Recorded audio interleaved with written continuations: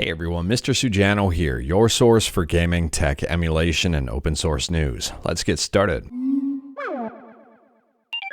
Alright, we'll kick things off talking about Nintendo 3DS emulation with Panda3DS, and Panda3DS just got a brand new update. Interestingly enough, they're calling this one the Panda3DS Post-Halloween Edition, because I guess the previous one was the pre-Halloween edition. They then go on to say the changelog is so big they can't auto-generate it, but there are more games working. This is the first release to include Android builds. And there's a brand new desktop UI, and even more. There's a total of 9 commits in this release, and Panda3DS is 100% free. It's open source, and I'll drop a link to it in the description below. Next up, we're talking about Clock Signal, a multi-system emulator for macOS and Linux. And Clock Signal just got a brand new update. This is Clock Signal's first release of 2024, and we've got a bunch of bug fixes here, including one I would argue is pretty important. It fixes broken horizontal scrolling on the Sega Master System. Clock Signal's designed to be simple and straightforward. It currently emulates 14 different systems, with more on the way. Moving on, and some of you have probably seen this and some probably haven't. It turns out you can dump a Game Boy Advance ROM by crashing it. I'll drop a link to this video in the description below, and I do recommend checking it out. It's super interesting, and the description does a great job of summing everything up. Turns out the Game Boy Advance crash sound is just the console playing its entire address space as sound data. If we have a clear recording, we can convert it back to actual bytes, thus dumping the RAM and ROM. I also think this comment does a great job of summing things up. This whole thing feels like watching someone reproduce an almost perfect replica of the food they ate, via throwing up violently. And on a side note, that audio method kind of reminded me of this method here, although this is for a different system and arguably a lot older. TapeDump.NES, dump NES and Famicom prototypes without any custom hardware. I'll drop a link to this in the description below in the event that you wanted to read through it. At a high level, they say it's a rudimentary program that allows you to dump NES and Famicom cartridges to computer without anything more than an NES dev card and a regular PC or digital audio player with sound recording function. Next up, if you've got an Android device with a Snapdragon CPU and you use emulators that allow custom drivers like Yuzu or Citra or Vita3K or a whole bunch more now, well, you might be excited to know that there's a brand new release here for some Mesa Turnip drivers. So at the time of filming, the latest update here is version 24.1.0, revision 16.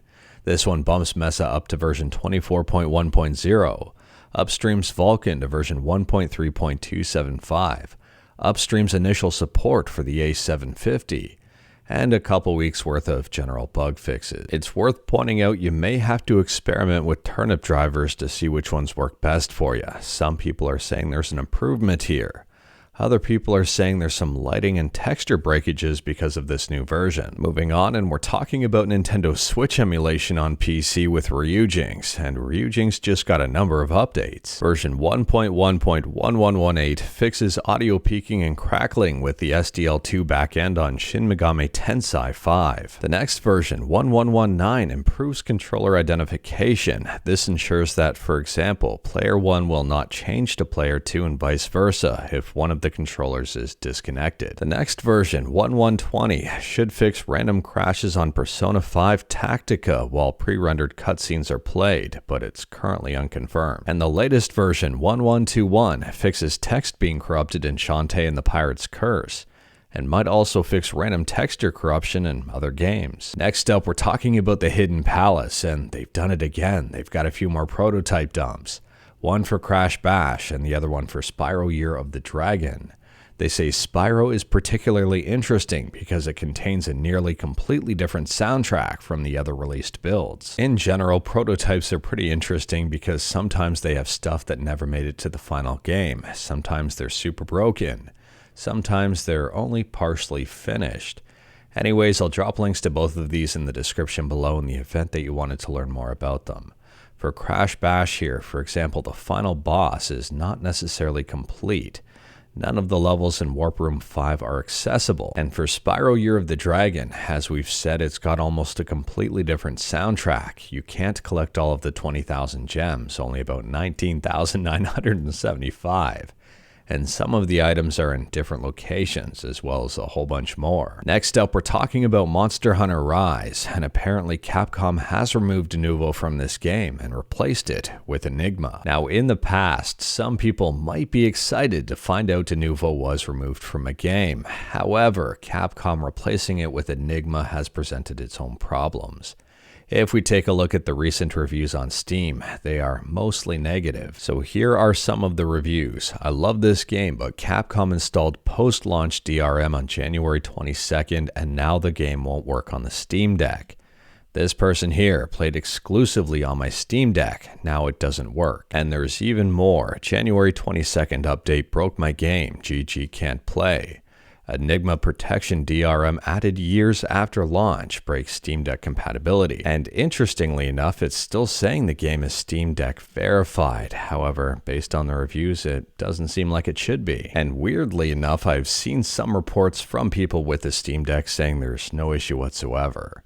So if you've got Monster Hunter Rise, let me know if it still works for you in the comments below. Moving on, and if you're holding your breath for The Witcher 4, you may not want to hold it too much longer. It may take a while before the next one's released. So according to this Reuters article, the CD Projekt CEO says they plan to start the production phase of the next Witcher game sometime this year.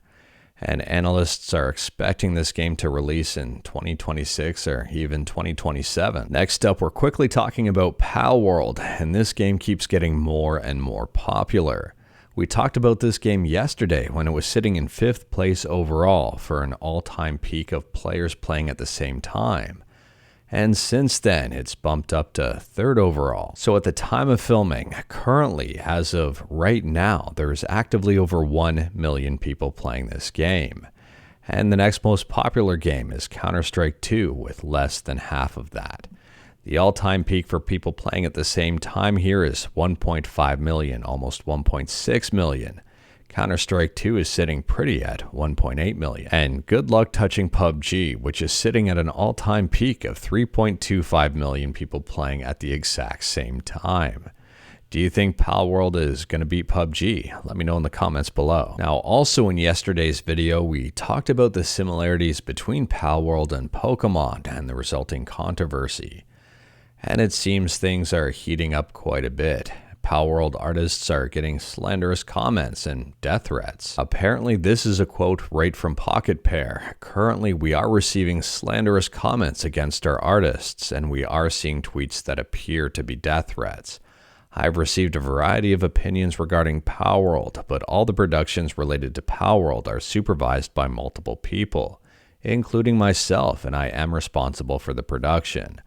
I would appreciate it if you would refrain from slandering the artists involved in Palworld. I think it should go without saying that death threats are completely out of line. And as for Palworld copying Pokemon, I'm wondering, is Pokemon going to step in or are they cool with it? And speaking about Pokemon, there appear to already be Pokemon mods in the works for Palworld. I'm assuming these mods are going to pop up at some point over on Nexus Mods. I'll drop a link to this in the description below. Moving on, and we're quickly talking about one of my favorite Linux distributions, Linux Mint. And Linux Mint just released their Edge ISO for 21.3.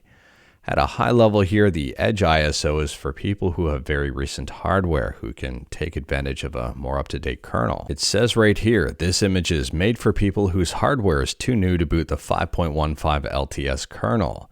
It ships with kernel 6.5 instead. Now, if you are currently using Linux Mint with the 5.15 kernel, you don't have to re-download everything to get Edge. You can just update the kernel right from Linux Mint and try it out yourself. From within Linux Mint, all you have to do is go to the Update Manager, click View, and then click on Linux Kernels. Now, before you get here, there is a warning message, and accept it or don't accept it, it's entirely up to you, but there are some warnings for a reason. And then you can click on 6.5 and click Install. When you restart, you'll be on basically Linux Mint Edge with kernel 6.5. And you can always get back to an earlier kernel if you want, and then remove Linux 6.5 and you should hopefully be okay. My general advice when it comes to Linux is if it ain't broke, you don't need to fix it. If you're currently on kernel 5.15 and everything is working fine, I don't think you need to update to 6.5, but that's entirely up to you. And speaking about Linux releases, next up we're talking about MX Linux, and MX 23.2 Libretto, not Libretto, has just released. This version of MX is built on Debian 12.4 Bookworm and features a Linux 6.1 kernel. And on top of that, there's an AHS version. It stands for Subscribe to Mr. Sujano, or Advanced Hardware Support, depending on how you want to interpret that. And that ships with a 6.6 kernel, which arguably has better drivers, better performance, and lower latency. And speaking about better performance, next up we're still talking about Linux, but now about Proton. And Proton 8.0-5 just released. In terms of gaming here, Grotesque Tactics, Evil Heroes is now playable, Welcome to Princeland, Red the Runner, Simon the Sorcerer, and Assassin's Creed Mirage are also now playable. There's a whole bunch of games with HDR options now available on compatible hardware, like the Steam Deck OLED. And that include a whole bunch of Resident Evil games, Hogwarts Legacy, Mass Effect, Injustice 2, and more. And on top of all of that, there's a whole bunch of bug fixes here, for example for games like Baldur's Gate 3, Cyberpunk 2077, Forza Horizon 5, Starfield, Halo Infinite, The Witcher 3, and even more. Next up, I'd argue this one is a little bit misleading, but also worth paying attention to. They're calling it the mother of all breaches. 12 terabytes of data has been leaked in total, about 26 billion records. Now, the misleading aspect is this data isn't really brand new. Some of it is extremely old. For example, some stuff from MySpace and MyFitnessPal and LinkedIn and even more. Chances are you've known about some of this data for a while. There are a bunch of different services out there to check to see whether or not you've been a part of a data breach. All you have to do is put your email in and they'll tell you. I'll drop a link to this website in the description below and feel free to check it out. My advice here is don't use the same password for every single account and feel free to change it every now and then. Next up, we're talking about a brand new game in development for the Neo Geo AES and MVS. It's called Vengeance Hunters. And this one looks very, very good. I'll drop a link to the trailer in the description below. It appears to be a beat 'em up. This game will be getting a few different physical releases for the AES and MVS, and no surprise here, it's not going to be cheap. The lowest priced version is €349. The most expensive one is $429. Now, not everybody has a Neo Geo kicking around, but fortunately this game is also heading to Nintendo Switch, Xbox, PlayStation, and Steam, and I'm assuming it's going to be a lot cheaper. And last up here, we're quickly talking about Riot Games, and it appears that Riot Games is letting go 11% of their workforce. So this equates to about 530 people overall. Riot is being very transparent about the process. But at the same time here, this is a very similar trend to a lot of other gaming companies we've seen this year and also last year. But anyways, that is all I've got for you in this one. Straight to the point, all stuff and no fluff. We talked about a bunch today. Let me know your thoughts about absolutely any of it in the comments below. If you like this video, leave a like. If you didn't like this video, leave a like. Hit that subscribe button, check out my other videos, don't tempt fate, save your state.